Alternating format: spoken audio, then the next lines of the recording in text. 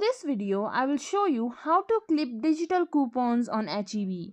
So simply open your app or go to the Chrome, search for HEB, then click on the URL. In the top left corner, you will see these three lines. Click on it. Then this menu bar will open. Click on Savings. Scroll down below until you find All Coupons. Click on it. Here you can see the list of coupons on various items. And right below it you can find this clip yellow button.